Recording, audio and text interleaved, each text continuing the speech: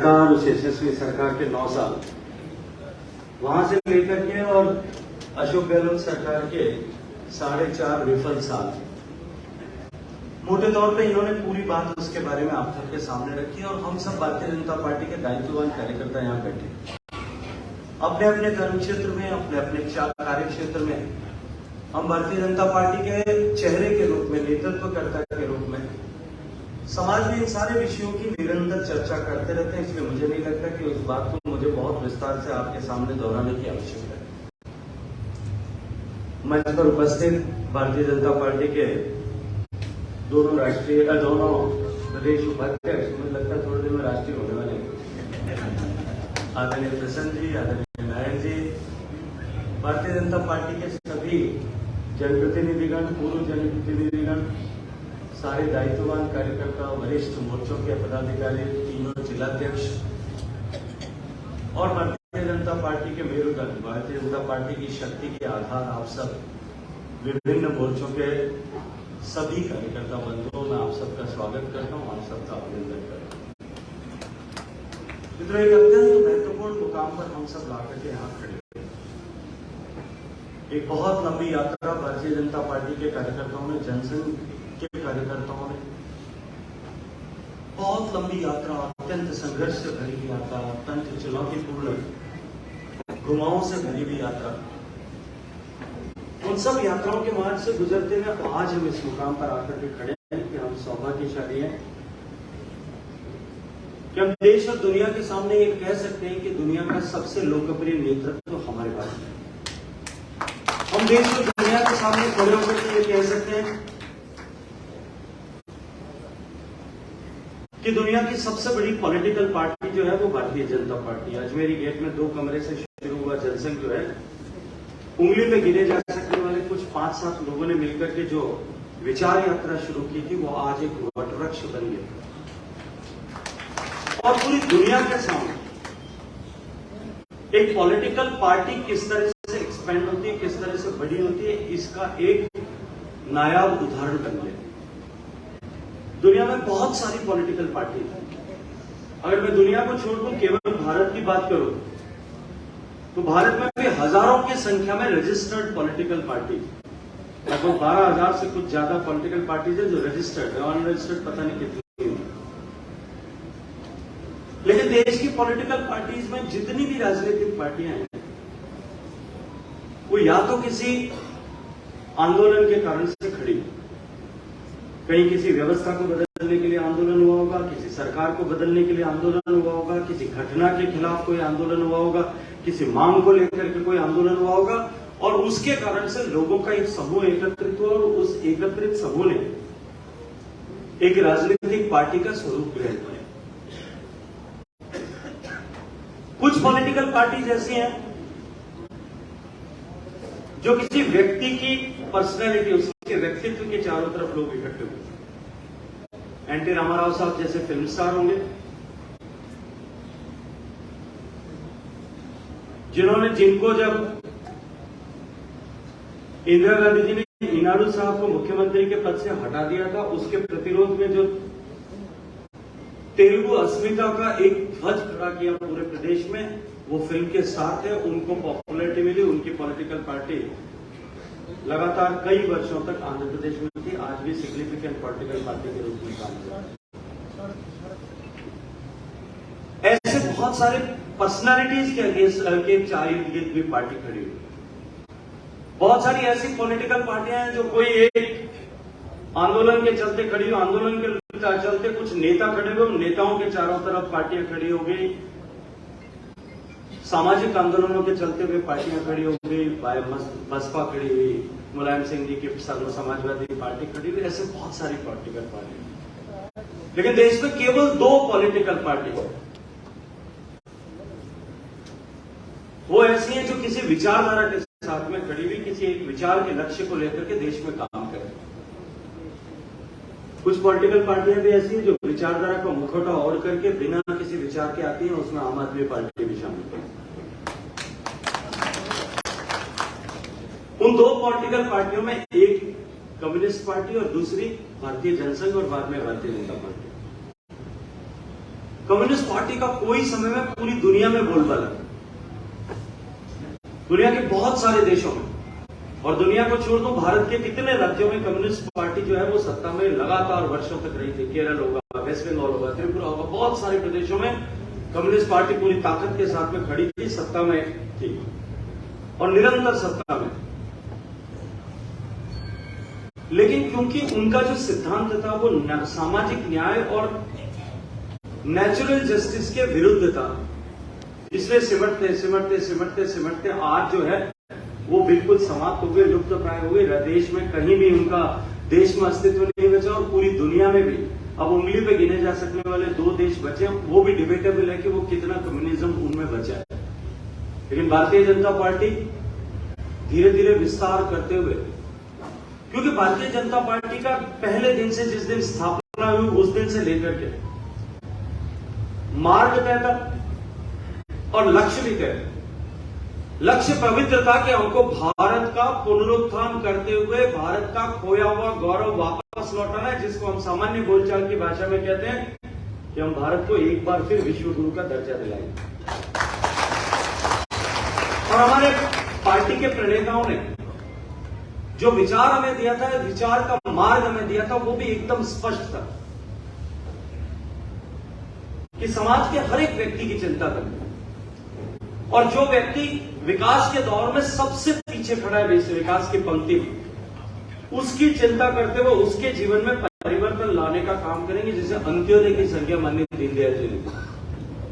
और उस अंत्योदय के रास्ते पर चलते हुए आज हम इस मुकाम पर आकर के खड़े हुए कि धीरे धीरे धीरे धीरे प्रगति करते हुए कितनी तरह के झंझावात आए, कितनी तरह की चुनौतियां आई। जनसंघ के जमाने में कहा जाता था, कांग्रेस के लोग कहते थे कि हम भारतीय जनता जनसंघ के लोगों को, भारतीय जनसंघ को नेस्तनाबूद कर देंगे, जमींदोज कर देंगे, इस तरह की संज्ञाएं दी जाए। एक समय ऐसा भी आया कि हम केवल लोकसभा में 2 रह गए, भारतीय जनता पार्टी समाप्त हो जाएगी, इस तरह के आकलन किए जाते थे। लेकिन क्योंकि विचार में पवित्रता थी और जो है लक्ष्य के प्रति निष्ठा भारतीय जनता पार्टी के कार्यकर्ताओं की थी, तमाम चुनौतियों के होते हुए भी हम उस मुकाम पर आकर के खड़े हुए कि हमने इतिहास बनाया 2014 में, और देश ने नरेंद्र मोदी जी के नेतृत्व में पूरे बहुमत की गैर भाजपा की पहली सरकार बनाने में सफलता प्राप्त की। हमने इतिहास बनाया कि 30 साल बाद में पूरे बहुमत की किसी भी पार्टी को सरकार बनाने का आशीर्वाद हमें जनता ने दिया, और तब से लेकर के निरंतर पिछले 9 साल से जिस तरह से भारतीय जनता पार्टी नरेंद्र मोदी जी के नेतृत्व में देश की सरकार के रूप में, प्रदेशों की सरकार में भारतीय जनता पार्टी के विभिन्न मुख्यमंत्रियों के नेतृत्व में जिस तरह से काम कर रही है, आज उसके चलते हुए पूरा देश परिवर्तन के दृश्य को देख रहा है, और बदलते हुए भारत के परिवर्तित होते हुए भारत को पूरा विश्व देख रहा है, पहचान रहा है, और उसे पहचान करके और भारत की तरफ आशा की दृष्टि से देख रहा है, इस विश्वास की दृष्टि से देख रहा है कि आने वाली सदी भारत की सदी होगी। अभी 3 दिन पहले इंटरनेशनल मॉनिटरी फंड के विशेषज्ञों ने एक रिपोर्ट प्रस्तुत की, और उन्होंने कहा कि जब पूरी दुनिया की इकोनॉमी रिसीड कर रही है, अमेरिका भारी आर्थिक मंदी के दरवाजे पर दस्तक दे रहा है, पूरे यूरोप की सब अर्थव्यवस्था और सरप्राइजिंगली जर्मनी की अर्थव्यवस्था भी जब भारी चुनौती और दबाव में, उस समय में भारत के जो आर्थिक प्रगति के पिछले साल के आंकड़े आए हैं, ये उस तपती हुई लू के थपेड़ों के बीच में एक बरसात की ठंडी फुहार के रूप में है। और इंटरनेशनल मॉनिटरी फंड ये कहता है कि मोदी के नेतृत्व में भारत की अर्थव्यवस्था आने वाले समय में विश्व की अर्थव्यवस्था को संभालने के लिए एक सहारे के रूप में काम करेगी। निश्चित रूप से हम सब लोगों की अत्यंत प्रसन्नता का विषय है। सामान्य मानवीय के जीवन में परिवर्तन लाने के लक्ष्य को लेकर के चालू की गई योजनाओं से लेकर के राष्ट्र निर्माण को अपने हृदय में पहले स्थान पर रखते हुए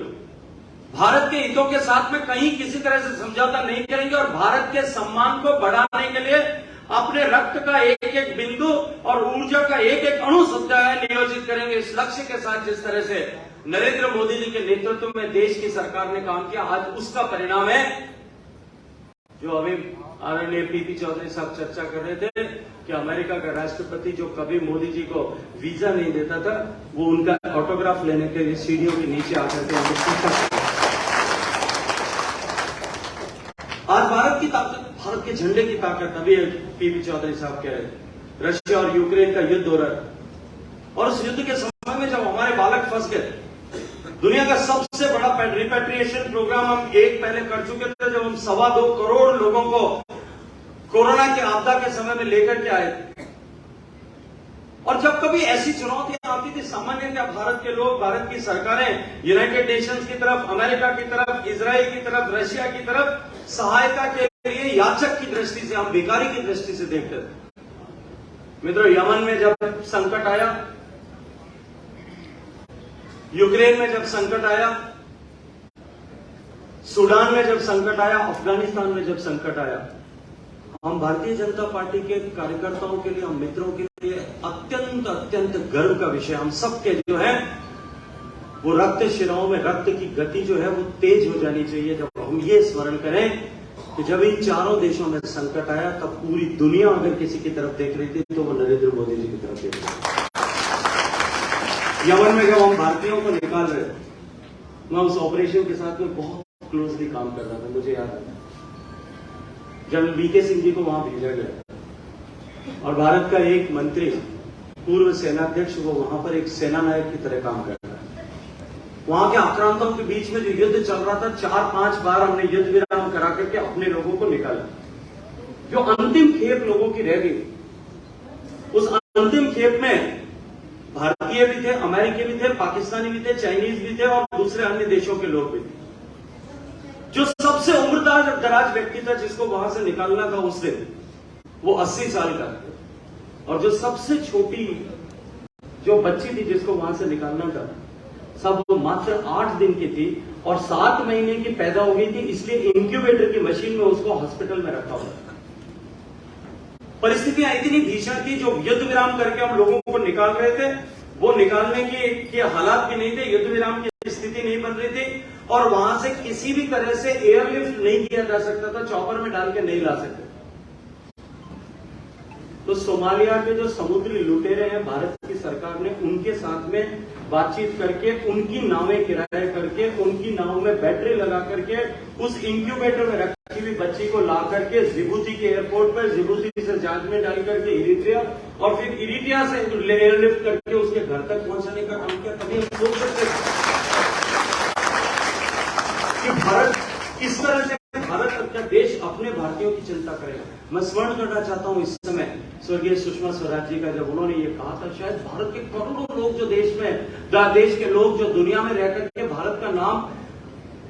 भारत के एक कल्चरल एम्बेसडर की तरह, सांस्कृतिक राजदूत की तरह, भारत में आर्थिक प्रगति और खुशहाली के लिए दुनिया के दूसरे कोनों में रहकर के मेहनत करते हैं, जब उन्होंने ये कहा कि जिसके पास नीला रंग का पासपोर्ट है, अगर वो चांद पर भी फंस जाता है तो मैं उसको लाने के लिए उतनी ही शिद्दत से काम करूंगी जितनी अपनी बेटी को लाने के लिए। क्या ये कभी हमने सोचा था? क्या हमने कभी सोचा था कि देश पर नित्य प्रतिदिन देश की अस्मिता पर हमले होते थे, आतंकवादी घटनाएं होती थी, हमारे जो है प्रधानमंत्री उदासी के साथ में या तो जाकर के यूनाइटेड नेशंस में गुहार लगाते थे, या जाकर के अमेरिका को शिकायत दर्ज करते थे, और या कहते थे कि भारत पर अगली बार ऐसा हमला हम स्वीकार नहीं करेंगे। अगली बार होता था, फिर अगली बार का कहते थे, फिर अगली बार का कहते थे। अब की बार पहली बार हमने देखा देश की सेनाओं ने आंख में आंख डाल करके डोकलाम में चाइना से बात। ये तमाम तरह के अमल पर जिस तरह के लांछन लगाने का काम हमारे विपक्ष के लोग करते। चीन की नीति थी, आजादी के बाद से लगातार उसने एक नीति के साथ में, और विशेष रूप से 1962 की लड़ाई के बाद में एक नीति से काम किया। वो सर्दी के दिनों में 1 किलोमीटर आकर के हमारी सीमा में आकर के तंबू गाड़ते थे, तंबू गाड़ करके अपने बंकर बनाते थे, भारत की सैनिक प्रतिरोध करते थे, कई दिन तक उनकी रस्साकशी चलती थी, टसल चलती थी, और वो 1 किलोमीटर में से 500 मीटर या 200 मीटर पीछे हट जाते। फिर हमारे यहाँ अखबारों में छप जाता, टीवी में समाचार आ जाता, सरकारें ये कह देती थी कि चाइना वापस पीछे हट गया, लेकिन देश की 700 जो है मीटर जमीन उस समय पीछे चली जाती थी, कब्जा हो जाता। पहली बार नरेंद्र मोदी जी का हम 1 इंच का भी जो है समझौता नहीं किया। और डोकलाम में मित्रों आप लोगों ने देखा होगा जब हमारी सैनिक जो है वो आंख में आंख डाल करके खड़े हुए और मोदी जी ने कहा मुझे झुकना स्वीकार नहीं है, तब चाइना पीछे हटा और कितना हटा। वो जो 200, 300, 500 मीटर जो है कब्जा करके पिछले 50 साल में जितना कब्जा किया है, अपने तंबू, बम्बू, डंडे, बंकर, सीमेंट, चादर सब उठा करके 50 साल पीछे की पोजीशन पर जाने को मजबूर हुए। ये नया इतिहास है। बांग्लादेश के साथ हमारे सीमाओं के इतने लंबे विवाद, क्या आप कल्पना कर सकते हैं कि भारत के बीच में, भारत की सीमा के बीच में बांग्लादेश का गांव था, जिसका बांग्लादेश मेनलैंड से कोई कनेक्शन नहीं था, और भारत वहां बांग्लादेशी लोग उस कॉलोनी में निवास करते थे, शासन प्रशासन सब उसमें जो है बांग्लादेश का चलता था। इतना ही सोच लीजिए जैसे अपने यहाँ उदय मंदिर के अंदर आसन में जो है कोई दूसरे देश का माफिया जो है कहना लगता है, ठीक वैसी स्थिति। लेकिन ये नरेंद्र मोदी जी की ताकत थी कि उन्होंने संविधान के साथ में, संविधान में जो है संशोधन करके इन सारे संकटों से देश को मुक्त कराया।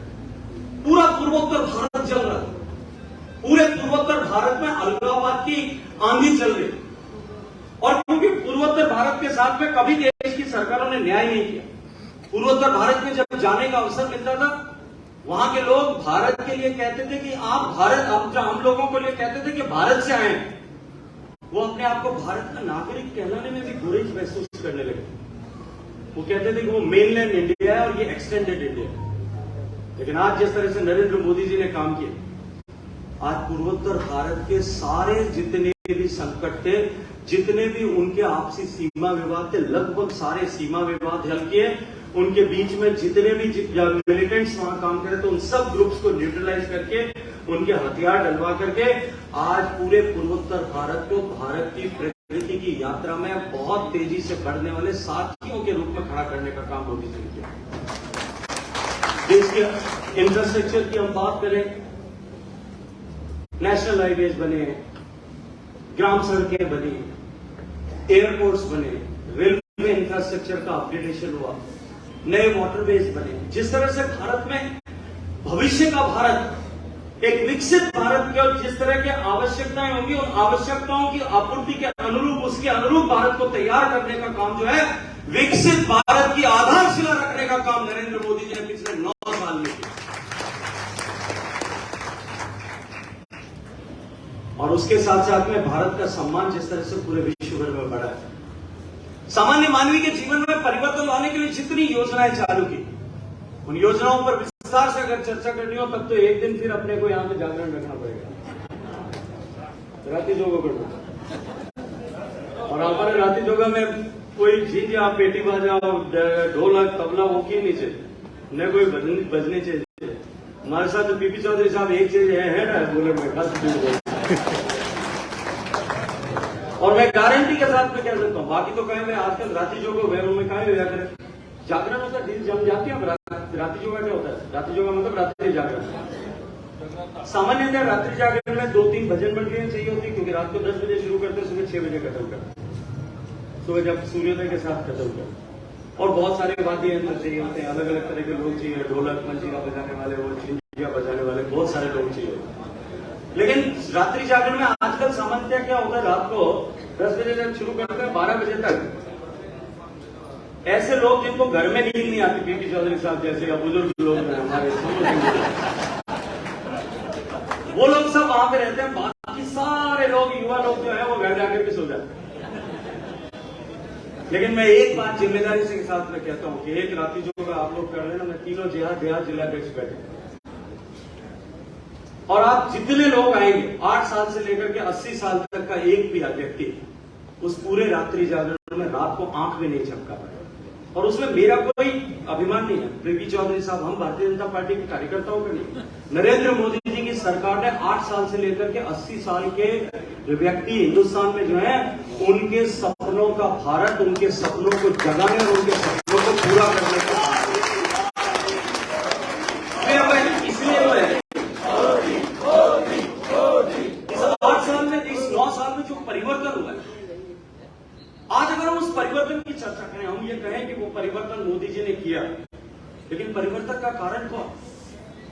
वो परिवर्तन करने में हम कामयाब क्यों?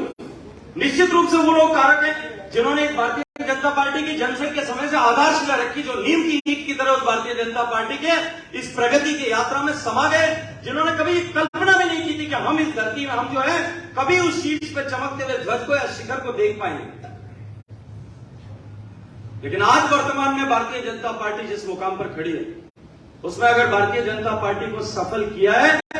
भारतीय जनता पार्टी को निरंतर 2 बार लगातार पूर्ण बहुमत की सरकार बनाने का अगर किसी ने आशीर्वाद दिया है, तो वो देश के विभिन्न मोर्चों के कार्यकर्ताओं ने दिया। देश की महिलाओं के सशक्तिकरण के लिए जिस तरह से नरेंद्र मोदी जी ने काम किया, चाहे वो मुस्लिम तलाक से पीड़ित महिला होगी, वहां से लेकर के गरीब महिला जिसके घर में शौचालय नहीं था, जिसके घर में बिजली नहीं थी, जिसके घर में पानी नहीं था, जिसके घर में गैस का चूल्हा नहीं था, जिसके पास घर नहीं था, उन सब के जीवन में परिवर्तन ला करके उनका सशक्तिकरण करने का काम जिसने किया, उसके कारण से महिलाओं का जो आशीर्वाद मिला, आज एक बार फिर देश की सारी मोदी विरोधी ताकतें जो है वो एक बार डगमगाई हुई है, हिली हुई। देश के युवाओं पे मोदी जी ने जिस तरह से रोजगार के नए द्वार खोले, जिस तरह से भारत को एक आगे बढ़ाते हुए विभिन्न योजनाओं के माध्यम से जिस तरह से उनके लिए नई संभावनाओं के द्वार सृजित किए, चाहे वो स्टार्टअप होगा, चाहे वो स्टैंडअप होगा, चाहे वो स्किल इंडिया होगा, चाहे वो मुद्रा लोन स्कीम होगी, चाहे वो और अन्य परियोजनाएं होगी, इंफ्रास्ट्रक्चर की दूसरी योजनाएं हैं, उसके कारण से आज हमारे सपनों का भारत, हमारे भविष्य का भारत यदि कोई निर्मित कर सकता है तो वो नरेंद्र मोदी कर सकता है। तब जाकर के देश के युवा उनके साथ में खड़े। देश का पिछड़ा हुआ वर्ग, देश का अनुसूचित जाति के लोग, अनुसूचित जनजाति के लोग, मैं योजनाओं की विस्तार से चर्चा नहीं करूंगा, लेकिन उन सब के सशक्तिकरण के लिए, उनके जीवन में परिवर्तन लाने के लिए जिस तरह से काम हो। मेरे अल्पसंख्यक मोर्चा के बंधु यहां बैठे, अनेक तरह की भ्रांतियां फैलाई जा रही, लेकिन मैं जिम्मेदारी के साथ में एक बात कहता हूं कि कांग्रेस पार्टी ने और अन्य विपक्षी पार्टियों ने जब जब सत्ता में रही, तब आपको सिर्फ एक वोट बैंक की गोटी के रूप में उपयोग किया था। जीवन में सशक्तिकरण लाने के लिए अगर किसी एक सरकार ने काम किया, वो नरेंद्र मोदी की सरकार ने काम किया। आप आंकड़े उठा करके देख लीजिए, मुद्रा लोन जितना मिला उसका 37% से ज्यादा लोन जो है देश के अल्पसंख्यक बंधुओं के परिवारों के जीवन में परिवर्तन लाने के लिए मिला। जितने घर बने, जितने शौचालय बने, जितने घरों में बिजली लगी है, जितने घरों में गैस का चूल्हा मिला है, देश की आबादी जो है उसमें जितना अल्पसंख्यक समुदाय का जितना प्रतिशत सहभाग है, उससे दुगना जो है उनके जीवन में परिवर्तन लाने के लिए नरेंद्र मोदी जी की सरकार ने काम किया। मित्रों, लेकिन आज जिस तरह की परिस्थितियां बनी, पूरी दुनिया की मोदी भारत विरोधी ताकतें एकजुट हो रही। एक बार फिर वही जनसंघ के जमाने में जिस तरह से कांग्रेस के नेता नारा लगाते थे, उसी तरह से अब विपक्ष के सारे भ्रष्टाचारी परिवारवादी एक होकर के नरेंद्र मोदी जी के पराभव के लिए, एक होकर के नरेंद्र मोदी जी पर लांछन लगाने के लिए, भारतीय जनता पार्टी पर झूठे लांछन लगाने के लिए और भारतीय जनता पार्टी का पराभव करने के लिए एक मंच पर एक साथ एकत्रित हो रहे हैं। मित्रों, अब हमारी जिम्मेदारी है, ये मोर्चा के कार्यकर्ताओं की जिम्मेदारी है कि अब की बार अपनी अस्मिता का प्रश्न इसको बना करके हम सबको खड़ा होना पड़ेगा और हम सबको अपनी ताकत के साथ में जुटना पड़ेगा। देश के किसानों के जीवन में परिवर्तन लाने के लिए जिस तरह से नरेंद्र मोदी जी ने काम किया, प्रारंभ से लेकर के सॉइल हेल्थ कार्ड से लेकर के मार्केट रिफॉर्म्स तक, समय की सीमित है वरना मैं 2 घंटे में एक एक विषय की यहां विस्तार से चर्चा कर सकता हूं। जिस तरह से परिवर्तन माननीय नरेंद्र मोदी जी ने कृषि क्षेत्र में किया, जो उत्पादन केंद्रित कृषि की नीतियां होती थी, उसको बदल करके लाभ केंद्रित करके किसान की आमदनी को बढ़ाने के लिए जिस तरह से काम किया। हम जोधपुर के कार्यकर्ता यहां बैठे, अगर प्रदेश में सबसे ज्यादा फसल खराबे का मुआवजा अगर कहीं मिलता है तो जोधपुर जिले को मिलता है। 400-500 करोड़ रुपए आपको हर साल मुआवजा मिलता। और अब तो मैंने फड़ोदी वाला खबर आने वाला तो क्या लागे, ऐसा कार्ड बने तो ठीक है हमारे। तो ये जो परिवर्तन जिस तरह से आया है, मैं आज आप सबसे एक प्रश्न करना चाहता हूं, क्या हम इस परिवर्तन को, जिस इतनी लंबे इंतजार के बाद में जो परिवर्तन आया है, इस परिवर्तन की यात्रा को निरंतर सतत अक्षुण्ण बनाए रखना चाहते हैं कि नहीं चाहते? अगर चाहते हैं तो हम सबको संकल्प करना पड़ेगा, हम सबको जुटना पड़ेगा, हम सबको उसके साथ में जीना पड़ेगा। हमको उस सबके साथ में अपनी ऊर्जा का एक एक बिंदु उसमें नियोजित करना पड़ेगा, क्योंकि तमाम तरह के झूठ सामने खड़े किए जाने की कुचेष्टाएं की जाएंगी, तमाम तरह के तर्क गढ़े और बने जाएंगे। उनका प्रारंभ हो गया है। सरकारें जहां है हमारे राजस्थान में, उन्होंने झूठ के पुलिंदे खोल करके सब जवाब दिखा करके लोगों को अपने अपने जो है दुष्प्रयत्न प्रारंभ कर दिए हैं। उन सबको डिफ्यूज करने की जिम्मेदारी अगर किसी की है तो हम युवाओं की, हम मोर्चे के कार्यकर्ताओं की है। हम अगर पूरी ताकत के साथ जुट जाएंगे, जो समाज के 80% लोगों का प्रतिनिधित्व करने वाले लोगों की वाले समाज के प्रतिनिधि के रूप में हम जो यहाँ बैठे हैं, हम ये तय कर लेंगे कि अब देश के भविष्य के लिए हमको कोई भी समझौता स्वीकार नहीं है। तो एक बार फिर नरेंद्र मोदी जी के नेतृत्व में सरकार बनेगी और अब की बार जब 5 साल और गुजरेंगे मित्रों, तो जिस यात्रा को हमने प्रारंभ किया है कि 2047 तक भारत विश्व का सबसे शक्तिशाली, संपन्न, समर्थ और समृद्ध देश होगा, उस यात्रा को हम पूरा कर पाएंगे। हम संकल्प के साथ जुटे, हम पूरी ताकत के साथ में जुटे। अब से लेकर के 2024 में जब तक लोकसभा का चुनाव नहीं हो जाता, तब तक हम न रुकेंगे, न थमेंगे, न झुकेंगे और न ही कहीं डर करके रुकेंगे। इस संकल्प के साथ में हम सब लोग एक बार फिर अपने दोनों हाथ ऊंचे करें, संकल्प की मुट्ठी बंद करें और बोले भारत माता की, भारत माता की।